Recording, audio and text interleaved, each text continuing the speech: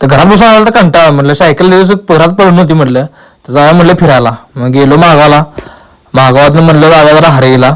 लगेच झालं, वर्कआउट पण करायला नव्हता आणि अंगाचा व्यायाम पण होतोय.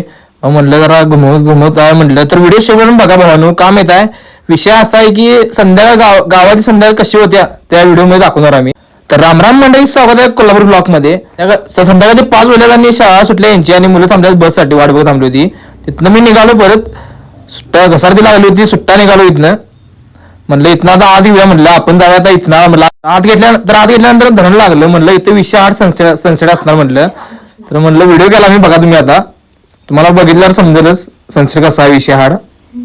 तर हे हरेचं ठिकाण आहे, तिथे 2-3 फोटो मारले मी. तिथनं निघालो परत.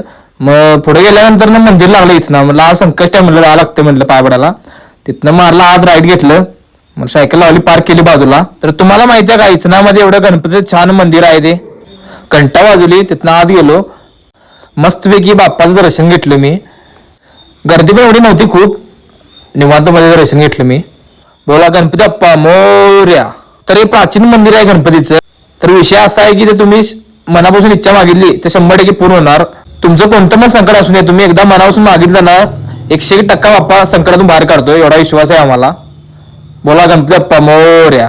तर गणपतीचं दर्शन करायला जाताना बाजूला लेफ्ट साईडला महादेवाचं मंदिर आहे, तिथं पण दर्शन करायला विसरू नका तुम्ही. तर विषय असा आहे की मंदिराचा आजूबाजूचा परिसर आहे तो एकदम त्यांनी सुंदर, गार्डन वगैरे बाजूला आहे, मस्तपैकी बसू शकता निवांत तुम्ही, काय विषय नाही तिथं. तर आमचं नशीब चांगलं की आम्हाला गणपती बाप्पाची आरती भेटली.